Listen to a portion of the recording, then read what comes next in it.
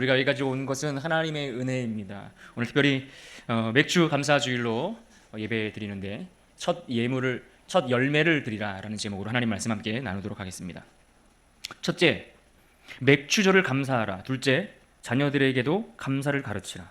셋째, 헌금 봉투에 각기 이름을 써서 정성껏 준비하게 하라. 넷째, 그것이 자녀가 복받는 길이다. 다섯째, 자녀가 복받아야 여러분이 노후에 그 복을 누린다. 여섯째, 감사 헌금하여 복받자. 오늘 설교의 대지는 아니고요.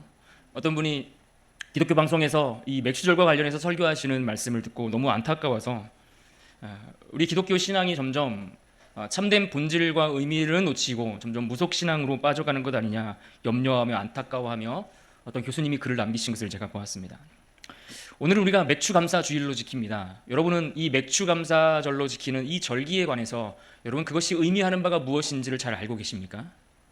당연히 저희 교회 성도님들은 잘 아시리라 생각합니다. 하지만 많은 분들이 의외로 이 맥주절의 의미를 잘 알지 못한 채 그저 때가 되어서 교회에서 지키라 하니 지키는 정도의 수준으로 그렇게 보낼 때가 많이 있는 듯해 보입니다. 흔히 여러분 맥주절 하면 어떤 곡물의 추수와 관련이 되어 있다라고 알고 계십니까? 역시 보리라고 알고 계실 겁니다. 아마도 그런 이유는 이 맥주절을 우리 한국교회가 정하여 지키면서 한국의 농경 사회, 농경 문화 그런 시기와 맞추어져 있기 때문에 그러리라 생각됩니다. 우리나라의 상황 속에서 보리를 수확하는 시기는 중북부 지방이 6월 중순에서부터 7월 하순까지, 그리고 남부 지방은 그보다 조금 이르게 5월부터 6월 상순 정도까지 보리를 수확한다라고 농촌진흥청에서 발표한 내용들을 보았습니다. 그래서 우리가 한국 상황에서 이 일반적으로 맥주절을 지킨다라는 의미는 어떻게 사용되는가 하니 바로 성경에서 이야기하는 첫 농작물, 즉 보리의 추수 수확 시기에 맞춰서 특별히 한 해의 상반기를 마무리하고 그 한 해의 상반기를 되돌아보며 여기까지 인도하신 하나님의 은혜에 감사하며 베풀어 주신 그 사랑과 은총에 마음을 담아 고백하는 그러한 절기로 지키고 있다라고 이야기할 수 있습니다. 그런데 우리가 성경에서 우리가 읽으면서 보게 되는 맥주절이라는 이 절기의 의미는 우리가 생각하는 요즘 우리가 지키는 절기와 조금 차이가 있는 듯합니다. 그래서 오늘 그 차이를 통해서 하나님 주신 말씀 가운데 은혜를 함께 나누고자 합니다. 오늘 레위기서 말씀을 같이 읽었는데 이 레위기서의 말씀은 중요한 절기에 관한 말씀이 레위기 23장에 집중되어 나와 있습니다. 그러니까 여러 가지 절기들이 그 가운데 나와 있는데 그 중에서 오늘 우리가 읽은 9절부터 22절까지의 말씀은 분량도 굉장히 많고 두 개의 절기를 이야기하고 있지만 사실은 하나의 절기처럼 묶어서 이야기하는 부분들도 있고 그에 비하면 앞뒤로 소개되고 있는 유월절이나 아니면 나팔절이나 기타 등등 다른 절기와 비교할 때에도 굉장히 비중 있게 무게 있게 강조하고 있구나라는 것을 우리가 알게 됩니다. 이스라엘의 농경 사회 안에서의 첫 곡식 단으로 거두는 농작물이 바로 보리였습니다. 그래서 오늘 본문 9절 이하에 보시면 이스라엘 자손에게 말씀하기를 곡물의 첫 이삭 한 단을 드리라 이렇게 말씀합니다. 곡물의 첫 이삭 한 단을 드리면서 그에 맞는 제물들과 함께 제사를 드리며 그 절기를 지킬 것을 명령하지요.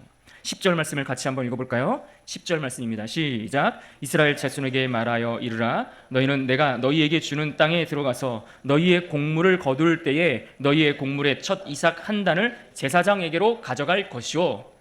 그러니까 흔히 이 첫 곡식의 단을 드리는 이 절기를 가리켜서 초실절이라고 이름 붙이기도 합니다. 여기서 말하는 곡물의 첫 이삭을 거두는 시기가 계산을 해보면 우리 달력으로 요즘 계산을 하면 3, 4월경이 되는 겁니다. 그러니까 이 시기에 이스라엘은 바로 첫 곡물로서의 보리를 수확을 했습니다. 그러니까 우리와는 시기적으로는 좀 차이가 있죠. 더 중요한 것은 하나님이 이 이스라엘로 하여금 그들에게 약속하신 땅, 그 가나안 땅에 들어가 정착해 살아가면서 그들의 일상 속에서 얻는 그 수확의 첫 수확을 하나님께 반드시 드려야 했다라는 것입니다. 생각해보면 이들에게 있어서의 일상에서 가장 중요한 시기는 어떤 시기들이겠습니까? 바로 농사를 짓고 그 수확물을 거두는 시기 아니겠습니까? 그들이 가나안에 들어가서는 더 이상 방황하거나 이동하지 않고 정착해 살아갑니다. 그래서 정착한 그 땅에서 열심히 수고해서 농사를 짓고 그리고 그 농사의 그 결과물을 얻어서 그것을 먹고 마시며 살아가야 하기 때문에 이들에게 이 농사와 수확하는 일들은 가장 중요하고 또 그것이 전부로 여기며 살았을 것입니다. 그래서 이들에게 지금 그들이 드리는 첫 수확물을 하나님 앞에 드린다라는 것은 그들이 가진 가장 소중한 것을 하나님 앞에 올려드린다라는 의미가 있는 겁니다. 하나님이 내게 주신 것들 가운데 가장 귀한 것, 값진 것, 내가 이것을 하나님 앞에 드립니다라는 의미가 있다라는 이야기죠. 우리가 여기서 한 번쯤 생각하고 넘어가야 할 주제가 있는데, 이것을 후반부에 또 다시 한번 말씀을 드리겠지만, 이스라엘의 모든 절기는 당시 농사의 시기와 맞물려 있었다라는 이야기입니다. 농사의 시기와 절기에 따라서 하나님 앞에 드리는 절기가 맞물려 연결되어 있었다는 이야기죠. 그런데 성경은 이런 농사의 그런 시기들마다 이 농사와 맞물려 있는 이 절기를 말씀하실 때마다 너희는 하나님의 구원의 역사를 함께 기억해야 한다라고 함께 이것을 이야기하고 있다라는 이야기입니다. 모두 하나님의 구원하심의 그 은총으로 말미암아 그들이 지금 생명을 유지하고 있고, 그들이 생명을 유지할 뿐만 아니라 지금 누리고 있는 그 풍성함을 누릴 수 있다라는 것을 알고 기억해야 했다라는 이야기죠. 그렇다면 여러분에게 있어서의 첫 열매, 여러분에게 있어서의 첫 이삭, 첫 곡식의 단은 무엇이 될 수 있겠습니까?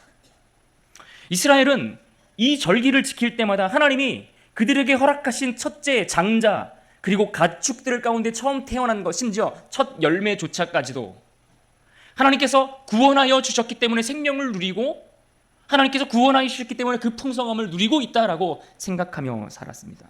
그렇다면 오늘 우리가 그 의미들을 가지고 생각해 볼 때에 우리가 하나님 앞에 드릴 수 있는 첫 이삭, 첫 곡식의 단, 첫 열매는 무엇이 될 수 있겠습니까? 사실 우리는 농사를 지으며 살아가는 사람들이 아닙니다. 물론 요즘도 농사를 짓고 계시는 분들이 많이 계시죠. 하지만 대부분 농사를 짓는 것과는 다소 거리가 먼 삶을 살아갑니다. 우리는 농사가 아닌 다른 일에 각각 거주하며 그 일을 하며 살아가죠. 그러나 중요한 것은 내가 농사를 지으며 내 손으로 수고하고 애쓰는 그것들을 통해 열매를 맺게 하시고 풍성케 하시는 그 하나님의 은혜가 오늘 우리가 일하는 그 일터와 삶의 자리 속에서 동일하게 내리워지고 있고, 그 은혜로 인해서 오늘 우리가 마시고 먹고 누리며 그 은총 안에 살고 있다는 것을 고백하는 믿음입니다. 우리는 종종 내가 얻은 물질, 내가 얻은 다른 재물들에 대해서 이것은 하나님께서 내게 베푸신 은혜라는 사실을 고백하지 못할 때가 종종 많이 있는 것 같습니다. 왜 그런가 하니 이게 우리 눈에 잘 보이지 않기 때문에 그렇습니다. 그런데 생각해 보십시오. 농사를 짓는 것이 전부였던 시기에 농사를 짓는 것은 어떻습니까? 그것은 하늘을 바라보는 일입니다. 적절한 시기마다 하나님께서 하늘에서 비를 내려주셔야 그 비를 통해 풍성한 열매를 기대할 수 있기 때문입니다. 자연적인 환경, 자연적인 조건들, 이런 것들이 그 결과물에 아주 결정적인 절대적인 영향을 미치기 때문이죠. 그래서 이것들은 내 힘으로 되지 않습니다. 비가 내리고 안 오고, 바람이 불고 안 불고, 이런 날씨와 환경들, 이런 기후들, 이런 것들은 내 힘으로, 내 의지로 되지 않는 것들입니다. 그래서 철저히 하나님을 의지해야만 하고, 하나님께 구해야만 하고, 하나님이 베푸시는 은혜의 흔적들이 내 눈앞에 보여져야만 그 열매를 얻을 수 있는 것입니다. 그러니까 그들은 농사를 지으면서 항상 하나님께서 이 농작물의 이 열매에 축복하셨다라는 것을 눈으로 보면서 살았던 사람들입니다. 하지만 우리는 어떻습니까? 직장에서 우리가 연봉을 받고 월급을 받고 사업이나 장사를 통해 수입을 창출하는 그런 일들은 우리 눈에 보이는 비가 내리지를 않습니다. 그럼에도 불구하고 어떻습니까? 우리는 매일 출근하는 건강을 가졌습니다. 우리는 그 일을 위해 열심히 살아갈 수 있는 열정도 가지고 있습니다. 때로는 고객들을 만나 그들과 대화할 수 있는 길로 인도해 주심을 받고 있고, 우리는 사업의 결과를 더 아름답게 창출하기 위해 열심히 뛰어가는 그런 마음들도 있습니다. 하나님의 이끄심과 열정과 지혜와 건강과 우리의 모든 환경들 하나하나를 생각해 보면 이건 역시 내 힘으로 되지 않는 것들 아닙니까? 그러니까 우리가 농사를 짓지 않더라도 사실은 우리가 누리며 살아가는 그 모든 것들은 하나님이 우리 삶에 허락하신 그 은혜를, 그 좋은 것들을 내가 누리며 살아가기 때문에 우리가 얻을 수 있는 것들이라는 이야기입니다. 그래서 우리에게도 그와 동일한 고백이 있어야 합니다. 내 힘으로 되지 않는 것들을 내가 누리고 있습니다. 내 힘으로 얻을 수 없는 것들을 내가 얻게 되었습니다. 이것이 다 하나님의 은혜입니다 라고 우리는 그것을 고백할 수 있어야 하는 겁니다. 그래서 우리가 그것들을 생각해 보면 우리가 이 땅을 살면서 하나님 앞에 드릴 수 있는 첫 이삭, 첫 곡식의 단, 첫 열매, 그것들은 무수히 많은 것들을 헤아려 볼 수가 있는 것이죠. 또 오늘 본문에는 이스라엘이 이 첫 곡식을 거둔 후에 7 안식일이 지난 안식일을 채운 후에 새 곡식으로 2개의 떡을 가지고 하나님 앞에 제사하며 절기를 지키라고 이야기합니다. 두 번째 절기에 관한 이야기인데 15절과 16절을 같이 한번 보겠습니다. 15절과 16절 함께 있습니다. 시작. 안식일 이튿날 곧 너희가 요제로 곡식단을 가져온 날부터 세워서 수요를 채우고 7 안식일 이튿날까지 합하여 50일을 계수하여 새 소제를 여호와께 드리되. 앞서 말씀드렸던 것처럼 3, 4월경에 보리를 첫 수확하면서 하나님 앞에 절기를 지켜 올려드립니다. 그리고 나서 7 안식일을 보내라고 그랬으니까 며칠이 지나는 겁니까? 빨리빨리 계산이 생각보다 7, 7에 49, 49일이 지나고 그 다음 날이 50일째 이 절기를 지키는 겁니다. 그때 여기서 말하는 소제라는 것은 곡물의 가루를 이야기하죠. 그래서 여기서 말하는 곡물은 무엇을 얘기합니까? 이 곡물로 떡을 만들려고 했는데 이것은 무엇을 얘기합니까? 17절 한번 봅니다. 17절 같이 한번 읽습니다. 시작. 너희의 처소에서 10분의 2 에바로 만든 떡 2개를 가져다가 흔들지니 이는 고운 가루에 누룩을 넣어서 구운 것이요 이는 첫 요제로 여호와께 드리는 것이며. 이때 거두는 곡물은 무엇인가 하니 보리가 아니라 밀을 이야기합니다. 그러니까 이스라엘은 순서상 보리를 먼저 재배하고 그리고 한 50일 간격 정도 되는 그 기간이 지나고 나면 밀을 추수하게 되는 겁니다. 그래서 이때 지키는 이 절기를 안식일을 7번 77에 49 그래서 77이라는 말을 붙여서 77절이라고 부르는 겁니다. 또 다른 말로 이것을 뭐라고 부릅니까? 맥추절이라고 부르는 겁니다. 그러니까 성경에서 말하는 맥추절은 보리가 아니라 뭐예요? 밀이에요. 시기적으로도 오늘날로 계산해 보면 5월 중순 정도가 5월 중이 되는 것이죠. 실제로 이 맥추절이라는 이 말을 보면 원래 이 맥이라는 단어를 한자로 보리맥을 사용했습니다. 보리맥. 그래서 이 보리맥을 사용하다 보니까 사람들이 당연히 보리 추수만을 생각하게 되는데 원래 밀이라는 이 단어의 한자 말이 뭡니까? 소맥입니다. 소맥하면 다른 걸 생각하시는 분들 가끔 계시는데 소맥입니다. 밀이 소맥이에요. 그러니까 이게 사실은 중국어로 번역된 성경을 우리말로 가져오다 보니까 좀 누락된 부분들이 있어서 우리가 조금 이해하기 어려운 부분들이 있습니다. 그러니까 성경에서 맥추절은 밀을 추수하여 드리는 절기를 이야기하는 겁니다.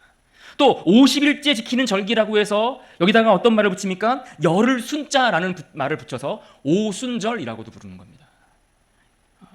정리가 되고 있습니까?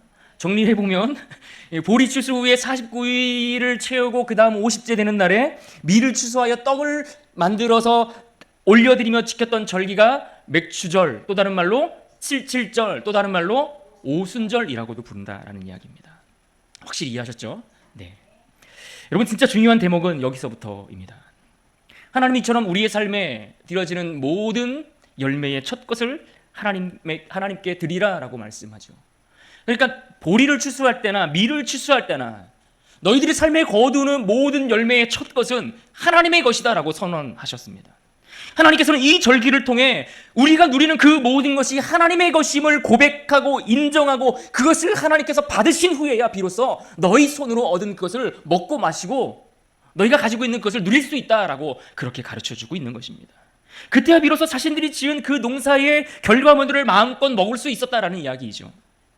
그러니까 우리가 수고하여 애쓰며 얻은 것들, 그것들을 통해 가장 먼저 해야 할 일이 무엇입니까? 하나님께 감사하는 일이라는 거예요.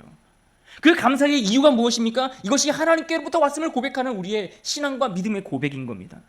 그 감사의 고백이 먼저 있고 나서 그 다음에 그것을 나를 위해서 사용하는 것이 가능했다라는 이야기죠. 그런데 더 중요한 것은 이 절기를 지키라고 말씀하시면서 그렇게 첫 열매를 하나님께 드리라고 말씀하시면서 오늘 말씀에 보면 아주 중요한 하나의 말씀을 덧붙여서 소개하고 있는 말씀이 나옵니다. 이것은 종종 다른 본문에도 언급되고 있는 말씀인데 본문 22절을 함께 읽어보도록 합니다. 마지막 절이죠. 22절 함께 읽습니다. 시작. 너희 땅에 곡물을 벨 때에 밭 모퉁이까지 다 베지 말며 떨어진 것을 줍지 말고 그것을 가난한 자와 거류민을 위하여 남겨두라. 나는 너희의 하나님 여호와이니라. 아멘. 그러니까 무슨 말입니까? 밭 모퉁이까지 다 베지 말아야 되는 이유가 무엇입니까? 왜 땅에 떨어진 이삭들을 줍지 말고 그냥 내버려 두라는 겁니까? 가난한 사람들, 곡식을 거둘 것이 없고 추수할 것이 없는 가난한 사람들이나 이방인들이 그 땅에 잠시 스쳐 지나가는 나그네와 같은 이들이 그들도 먹고 살 수 있고 그들도 그 수확의 기쁨을 함께 누릴 수 있도록 남겨두라는 거예요. 남겨두라는 거예요. 그들을 위해서. 신명기서에 보면 하나님께서 이스라엘 백성들을 향하여 그들이 지켜야 할 3대 절기를 말씀하면서 유독 이 77절, 유독 이 맥추절에 대해서 말씀하시면서 가난한 이웃과 함께 즐거워야 해야 한다라는 말씀을 덧붙이고 있는 것을 보게 됩니다. 한번 찾아볼게요. 신명기 16장 9절로 11절 말씀입니다. 우리 같이 천천히 한번 읽어볼까요? 여러분이 같이 한번 읽겠습니다. 시작. 7주를 셀지니 곡식에 낫을 대는 첫 날부터 7주를 세워 내 하나님 여호와 앞에 77절을 지키되 내 하나님 여호와께서 내게 복을 주신 대로 내 힘을 헤아려 자원하는 예물을 드리고 너와 내 자녀와 노비와 내 성중에 있는 레위인과 및 너희 중에 있는 객과 고아와 과부가 함께 내 하나님 여호와께서 자기의 이름을 두시려고 택하신 곳에서 내 하나님 여호와 앞에서 즐거워할지니라. 아멘. 그러니까 하나님은 우리가 수확하여 얻은 것, 우리가 얻게 된 그것들을 가지고서 그 수확의 기쁨을 먼저는 하나님께 올려드리며 감사하고 그 후에는 기쁨을 누릴 수 없는 사람들, 다른 사람들은 다 기쁨의 수확을 누리고 그래서 즐거워하고 있는데 그 즐거움에 동참하지 못하고 있는 그러한 가난한 자들과 거류민들을 위해서 이 땅에 그렇게 소외된 자들을 위해 그 기쁨을 함께 공유해야 한다라고 말씀하고 있는 겁니다.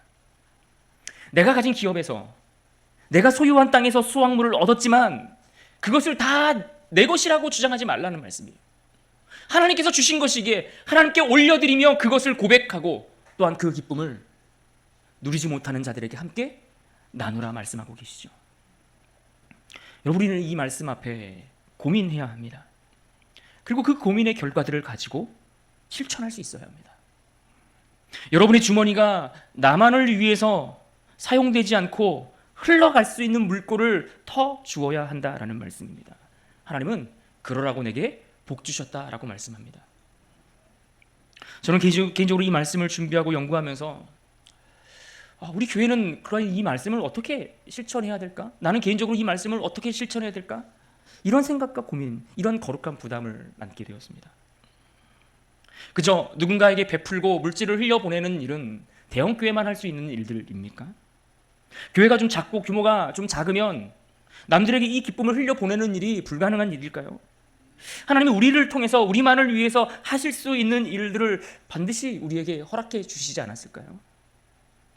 하나님이 주신 이 수확의 기쁨을 함께 나눌 수 있는 길을 우리는 찾아야 하지 않겠습니까? 여러분, 이것은 우리 교회만의 고민은 아니리라 생각합니다. 여러분 개인의 삶의 자리 속에서 이 말씀을 어떻게 지키고 실천해야 할지를 우리가 하나님 앞에 기도하며 물을 수 있어야 합니다.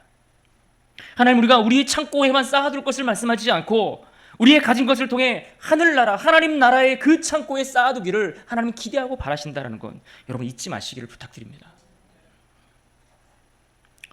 구약의 절기는 앞서 말씀드린 바와 같이 농사의 시기와 맞물려 있지만 늘 하나님의 구원 사역과 연결되어 말씀하는 것을 우리가 함께 기억해야 됩니다. 그런 측면에서 생각해보면 이 구약의 절기는 외형상으로는 농사의 절기를 우리에게 보여주고 있지만 그 안에는 실제로 하나님의 구속사적인 역사가 어떻게 흘러가는지, 하나님의 구속사역이 어떻게 이루어질 것인지를 상징적으로 보여주는 예언적인 역할을 하는 것이 구약 성경에 나와 있는 절기들입니다. 그래서 사도 바울은 우리 주님께서 이 땅에 오셔서 십자가를 지시고 죽으셨다가 부활하셨을 때에 그 부활하신 주님을 향하여 뭐라고 표현했습니까? 부활의 첫 열매가 되셨다라고 말씀했습니다. 우리 주님의 부활을 첫 열매가 되었다라고 비유했던 것을 우리는 기억합니다. 고린도전서 15장 20절에 이렇게 말씀합니다.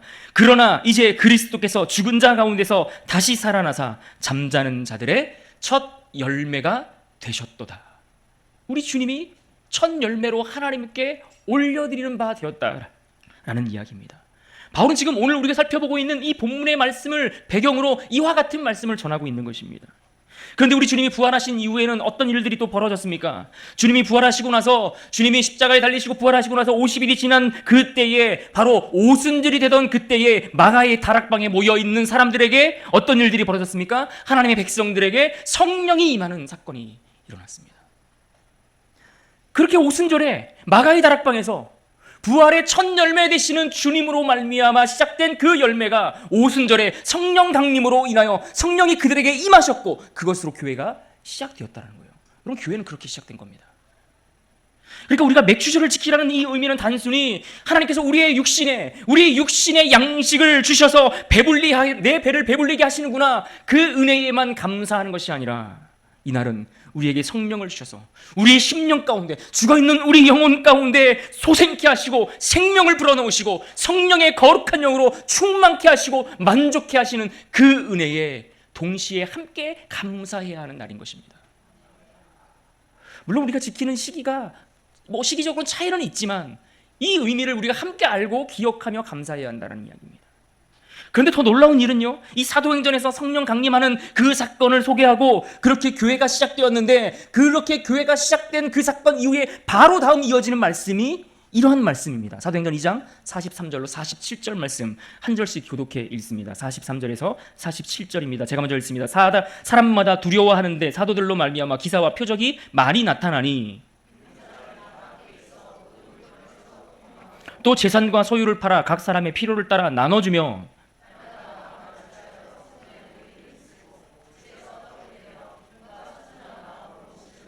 함께 읽습니다. 하나님을 찬미하며 또 온 백성에게 친송을 받으니 주께서 구원받는 사람을 날마다 더하게 하시니라. 아멘. 여러분 놀랍지 않습니까? 놀라셔야 됩니다. 여러분 구약에서 말하는 이 77절을 지키라 명령하시고 이 77절을 지키라 말씀하시면서 뭐라고 하셨습니까? 그 수확의 기쁨을 하나님께만 드리지 말고 너희 주변의 이웃들과 가난한 자들, 연약한 자들, 소외된 자들과 함께 나누라 라고 말씀을 하셨는데, 예수님 부활 이후에 벌어진 이 성령으로 말미암아 그들에게 시작된 이 교회의 사역이 시작되자마자 그들에게 주어진 말씀은 바로 함께 나누며 내 것을 내 것이라 주장하지 않고 서로의 필요를 채워주며 주위를 돌아보며 격려하며, 그렇게 교회가 든든히 세워져 갔더라는 거예요. 사랑하는 여러분, 성령으로 충만한 교회는 그 기쁨을 나누는 교회인 줄 믿으시길 바랍니다. 성령으로 충만하여 그 기쁨을 맛본 자는 내게 주신 그 감격과 은혜를 내 손에 있는 것으로 다른 사람들의 필요를 살필 줄 아는 자들입니다. 그때 하나님이 어떤 역사를 벌이셨습니까? 주님을 믿는 자들, 날마다 구원받는 자들이 더해졌다라고 성경은 말씀하고 있습니다. 다시 여러분에게 질문합니다. 우리가 이 맥주절의 의미를 생각해 볼 때에 오늘 우리가 하나님 앞에 드릴 수 있는 우리의 열매는 무엇일까요? 내가 가진 예물로, 내가 가진 물질로 하나님 앞에 헌금하고 봉헌해 드리면 그것으로서 우리가 맡은 바 하나님 앞에 책임을 다하는 일입니까? 그러면 자자손손 대대로 복을 받을 것이라 믿기에 지키는 절기가 맥주절입니까? 여러분, 우리의 첫 열매는 그 정도 수준에 드리는 열매가 아님을 아셔야 합니다. 우리가 드려야 될 첫 열매는 무엇입니까? 진정한 감사의 열매는 내가 그동안 하나님 앞에 순종하지 못했던 그것들을 찾아서 다시 주님 앞에 순종하는 삶으로 나아가는 것, 그것이 순종의 열매 아닐까요? 내가 주님 앞에 드릴 열매는 내 주머니를 열어 누군가 필요한 이들에게 그 물질을 흘려보내고 그들의 형편을 돌보고 살피는 일, 이것이 내가 드릴 수 있는 열매 아닐까요? 내 삶에 밭에 모퉁이를 내버려 두고 땅에 떨어진 것들을 줍지 아니하고 누군가를 생각하여 그 기쁨을 함께 나눌 수 있는 것, 내가 주님의 감격 은혜를 받고 그 은혜 안에 살고 있는 그 기쁨을 누리고 있다면 이제는 주님의 그 성령으로 말미암아 얻은 그 기쁨을 누군가에게 또한 흘려보내기 위해 살아가는 것, 여러분 이것들이 다 우리 삶에 드려야 될 우리의 열매들 아니겠습니까? 이 땅에 오신 주님은 친히 하나님 앞에 끝까지 순종하셔 자신을 십자가에 내어주셨습니다. 그리고 그 순종을 통해 첫 열매가 되어주셨다라고 말씀하지 않았습니까? 부활의 첫 열매가 되신 주님은 그 열매를 통해 우리 삶에 이제는 의의 열매를 맺도록 허락해 주셨습니다. 그래서 주님이 이 땅에 오셨을 때 선포하셨던 말씀이 있습니다. 누가복음 4장 18절로 19절 말씀에 이와 같이 말씀하셨습니다. 우리 같이 한번 함께 봉독합니다. 시작. 주의 성령이 내게 임하셨으니 이는 가난한 자에게 복음을 전하게 하시려고 내게 기름을 부으시고 나를 보내사 포로된 자에게 자유를, 눈먼 자에게 다시 보게 함을 전파하며 눌린 자를 자유롭게 하고 주의 은혜의 해를 전파하게 하려 하심이라 하였더라. 아멘. 하나님은 우리에게 귀한 열매를 허락하여 주셨습니다. 주님의 그 십자가를 통해 생명의 열매를 우리에게 주셨습니다. 그리고 그 생명의 열매는 이제 나를 통해 하나님 앞에 드려질 뿐만 아니라 이 세상 열방 가운데 하나님을 알지 못하는 자들에게 흘러가기를 원하십니다. 이것은 영적인 의미에서뿐만 아니라 우리의 물질에 있어서도 그것들이 나에게 고여있지 아니하고 흘러가 누군가에게 기쁨과 그들의 삶을 충만히 채워가기를 원하시는 것, 여러분 이것이 오늘 이날을 지키는 참된 의미인 것을 여러분 기억하시길 바랍니다. 그러하게 우리의 이 나눔이 하나님 앞에 영광이 될 뿐만 아니라 사람들에게도 기쁨과 즐거움이 될 수 있어야 합니다. 그러므로 여러분 우리의 손을 펴십시오. 우리의 손을 펴서 하나님 앞에 감사함으로 그 영광을 올려드릴 수 있기를 바랍니다. 또한 우리의 손을 펴서 내가 가진 그 물질을 세상 가운데 흘려보내므로 이 땅 가운데 하나님이 허락하신 그 첫 열매됨의 기쁨과 그 수확의 즐거움과 만족함이 우리 모두의 기쁨과 즐거움이 될 수 있기를 주님의 이름으로 축원합니다.